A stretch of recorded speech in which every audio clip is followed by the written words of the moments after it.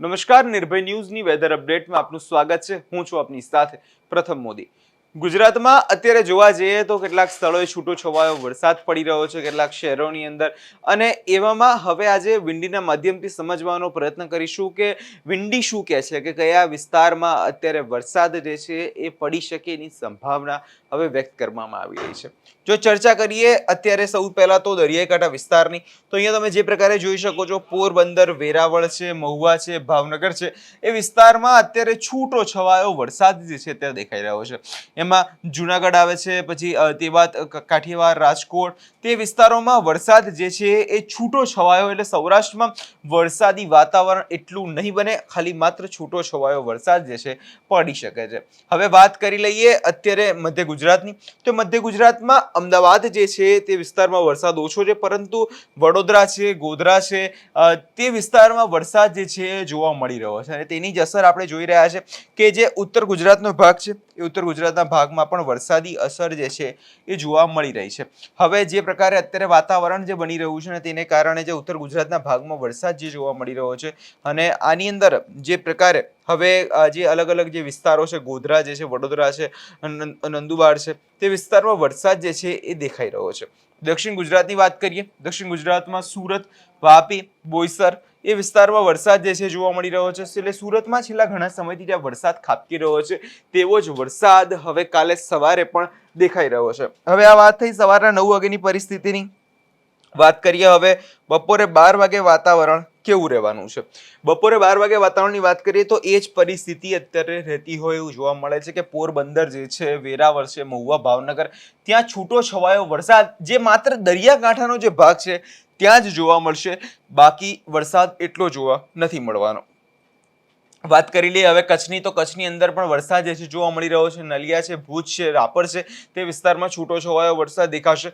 મધ્ય ગુજરાતના ભાગોમાં પણ વરસાદી વાતાવરણ એવું ને એવું રહેશે। અમદાવાદ, ગોધરા, વડોદરા, તે વિસ્તારમાં વરસાદ જોવા મળે એવી શક્યતા દેખાઈ રહી છે। દક્ષિણ ગુજરાતના ભાગમાં સુરત, વાપી, બોઈસર એ વિસ્તારમાં વરસાદ એવો ને એવો રહેશે, અને તેના જ કારણે વરસાદી વાતાવરણ કાલે આ વિસ્તારોની અંદર વધારે બને એવી શક્યતા અત્યારે દેખાઈ રહી છે। થરાદની આસપાસના વિસ્તારોમાં પણ વરસાદ જે છે રહેવાનું છે। હવે આજે છૂટો છવાયો વરસાદ જે છે પડી રહ્યો છે, તેને લઈ હવે હવામાન નિષ્ણાંત પરેશ ગોસ્વામી દ્વારા શું કહેવામાં આવ્યું છે એકવાર એ સાંભળી લઈએ।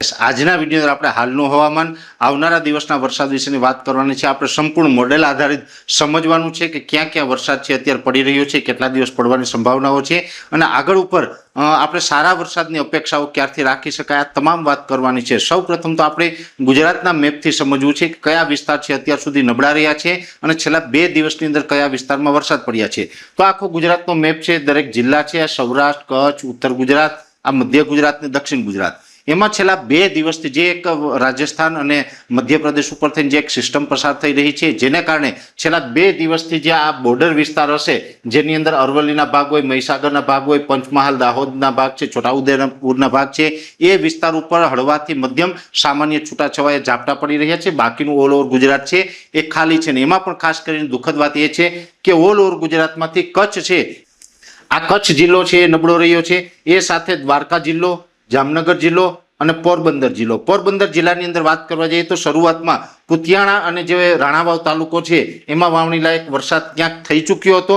બાકીના ભાગો હતા પોરબંદર પ્રોપર જિલ્લાના, જેમાં અડવાણા, બગવદર વગેરે, એ તમામ સેન્ટરની અંદર બિલકુલ વાવણી લાયક પણ વરસાદ નથી થયો। દેવભૂમિ દ્વારકામાં પણ છૂટાછવાયા ઝાપટાથી વિશેષ કોઈ પરિસ્થિતિ આપણે સારી જોવા નહોતી મળી, એટલે ત્યાં પણ આમ તો દુષ્કાળ જેવી સ્થિતિ છે। જામનગરના પણ 50% વિસ્તાર એવા છે કે આ ભાગોની અંદર વરસાદ પડ્યો હતો, આ વિસ્તાર છે એ વરસાદથી વંચિત રહ્યા, એટલે મોટા ભાગના વિસ્તારો એવા હતા કે જે આ પશ્ચિમ સૌરાષ્ટ્રના, એમાં અત્યારે દુષ્કાળગ્રસ્ત જેવી સ્થિતિ છે। શરૂઆતના વરસાદમાં ગીર સોમનાથથી લઈને અમરેલી, ભાવનગર, બોટાદ, ઘણા બધા સુરેન્દ્રનગર, મોરબીના વિસ્તારો છે, આ બધા વિસ્તારમાં એક અતિવૃષ્ટિ જેવા વરસાદ પણ થયેલા હતા।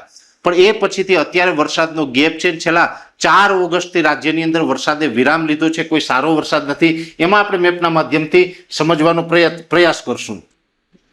હવે એમાં આપણે જે સંપૂર્ણ સમજવાનું છે કે અત્યારે વરસાદની સ્થિતિ શું છે અને મોડેલો શું ઇન્ડિકેટ કરી રહ્યા છે, આ આપણે 12 ઓગસ્ટના આવતીકાલે 13 ઓગસ્ટનો મેપ છે।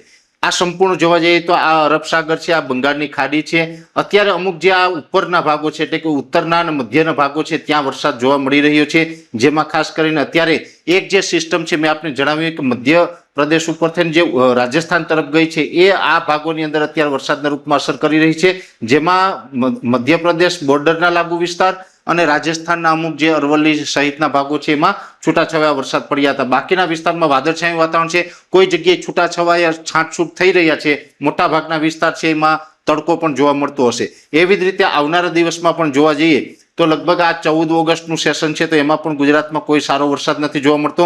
14 ઓગસ્ટે જે આ સિસ્ટમ હતી એ આ ગુજરાતના ભાગોથી ઘણી બધી દૂર જશે તો જે મધ્ય પ્રદેશ અને રાજસ્થાન બોર્ડરે જે વરસાદી ગતિવિધિ હતી એમાં પણ લગભગ 14 તારીખ એટલે કે પરમ દિવસેથી ધીમે ધીમે ઘટાડો થવાનો છે. આવનારા સમયમાં જોવા જઈએ તો અત્યારે બંગાળની ખાડી કે અરબ સાગરની અંદર કોઈ એવી મજબૂત સિસ્ટમ છે એ સક્રિય નથી થઈ રહી કે જે ડાયરેક્ટ ગુજરાત સુધી આવીને ગુજરાતને વરસાદનો લાભ આપે. એવી જ રીતે આવનારા સમયમાં પણ 15 તારીખે આ જે સિસ્ટમ અહીંયા હતી એ અહીંયા સુધી એટલે કે દિલ્હી સુધી પહોંચી જશે અને આપણે એમાંથી સંપૂર્ણપણે મુક્તિ થશે. આપણે એમાંથી કોઈ લાભ મળવાનો નથી. એક સિસ્ટમ અહીંયા ચોક્કસથી બનશે પણ એ સિસ્ટમ પણ ઉપરના ભાગો તરફ જાય એટલે કે આ જે ઉત્તર પૂર્વના ભાગો છે એ ભાગોમાં અસર કરીને ગુજરાત તરફ એ સિસ્ટમ આવવાની શક્યતાઓ નથી. ખાસ કરીને જે મોન્સૂન ઓફશોર ટ્રફની અમે જે વાત કરતા હોય છે આ મોન્સૂન ઓફશોર ટ્રફ છે એ પણ અત્યારે એવો સક્રિય નથી, મજબૂત નથી જેથી કરીને મોન્સૂન ઓફશોર ટ્રફના પણ આ જગ્યાએ વરસાદનો ગુજરાતમાં લાભ મળે. એટલે હમણાં આપણે આમ જોવા જઈએ તો ચિંતાના સમાચાર છે કે ગુજરાતની અંદર કોઈ સારા વરસાદો છે આવનારા દિવસમાં પણ જોવા મળતા નથી. આ 17 ઓગસ્ટ સુધીનું સેશન છે એ સેશન 17 ઓગસ્ટથી વધારે પડતા ઘાટા વાદળ થશે ને કોઈ જગ્યાએ છાંટછૂટ થશે. સારા વરસાદની અપેક્ષા ન રાખવી કેમ કે એમાં મોન્સૂન ઓફશોર ટ્રફ છે એનો પણ જે ઉત્તરી ભાગ છે એમાં થોડુંક પોઝિટિવિટી દેખાશે અને એને કારણે થોડુંક વાદળછાયું વાતાવરણ થશે. સોમાલિયન જેટ જેને કહેવાય છે કે આ અરબ સાગરના જે તીવ્ર પવનો છે એ પણ થોડાક ઉત્તર તરફ ખસે તો એને કારણે પણ વાદળછાયું વાતાવરણ અને ક્યાંક ક્યાંક છાંટછૂટ થઈ શકે છે. એનાથી વિશેષ વરસાદ સારા પડે એવી આપણે અપેક્ષા હમણાં રાખી શકાતા નથી. જે ચોમાસું ધરીની આપણે વાત કરતા હોય અત્યારે ચોમાસું ધરી છે એટલે આમ તો હિમાલય સુધી ખસેલી ગણાય. ઉત્તર ભારતના જે પહાડી પ્રદેશો છે જેમાં જમ્મુ કાશ્મીર, હિમાચલ પ્રદેશ હોય, ઉત્તરાખંડ છે, અરુણાચલ પ્રદેશ સુધી આ વિસ્તારો ઉપરથી અત્યારે ચોમાસું ધરી પસાર થઈ રહી છે અને એમાં પણ 18 ઓગસ્ટના રોજ જોવા જઈએ તો રાજસ્થાનમાં પણ એકદમ વાતાવરણ ખુલ્લું થઈ જશે, તડકો નીકળી જશે. ત્યાં પણ કોઈ સિસ્ટમ નહીં હોય જેથી કરીને આપણે ગુજરાતમાં અપેક્ષા રાખી શકાય. એવી જ રીતે આગળ આપણે જો જોતા જશું તો લગભગ નજીકના સમયમાં કોઈ વરસાદી માહોલ છે એ આપણે દેખાતો નથી. આ 21 ઓગસ્ટ આવી ગઈ છે. 21 ઓગસ્ટે પણ કોઈ વરસાદી આપણે ગતિવિધિની અપેક્ષા રાખી શકાય એવું નથી. ને એનાથી આગળ જશું 22 ઓગસ્ટ આવશે ત્યાર પછી અહીંયા થોડીક હલચલ દેખાશે. આ બંગાળની ખાડી છે એ આ સક્રિય થતી જશે. આમાં તમને ફેરફાર જોવા મળતો હશે અને એમાં પણ જો આ બંગાળની ખાડીનો આ ભાગ આપણે સક્રિય થતો જોવા મળે અને આ ભાગ સક્રિય થશે કદાચ એવું મારું માનવું છે, એ હવામાનના વર્ષોના અનુભવ પ્રમાણે એવું માનવું છે, આ ભાગ સક્રિય થશે તો આ કોઈ વિસ્તાર ઉપર અહીંયા એક વરસાદી સિસ્ટમ બનશે અને જે તાપમાન અને જે પવનોની જે દિશા છે, પવનોની ગતિ છે એ મુજબ જોવા જઈએ તો આ સિસ્ટમ છે એ આ માર્ગે અત્યારે એક આપણું બેઝિક અનુમાન છે કે આ માર્ગ સુધી થઈ અને ગુજરાત સુધી પહોંચી શકે. જો કે 22 ઓગસ્ટ આસપાસ આ સક્રિય થાય તો પણ 25 તારીખ બાદ 25 ઓગસ્ટ બાદ 26, 27 કે 28 તારીખ આસપાસ આ સિસ્ટમ ગુજરાત અહીંયા પહોંચે અને અહીંયા થઈને પછી કદાચ આ માર્ગે એટલે કે પશ્ચિમ સૌરાષ્ટ્ર અને કચ્છના ભાગોને પણ લાભ આપીને જાય. એટલે સામાન્ય રીતે અત્યારે જોવા જઈએ તો આ સિસ્ટમનો લાભ છે એ અત્યારે આપણે એવું માની શકાય કે 25 ઓગસ્ટ બાદ મળી શકે છે. ગુજરાતની અંદર 25 ઓગસ્ટ સુધી કોઈ સારા વરસાદની શક્યતાઓ નથી. આ એક ચોક્કસથી છે.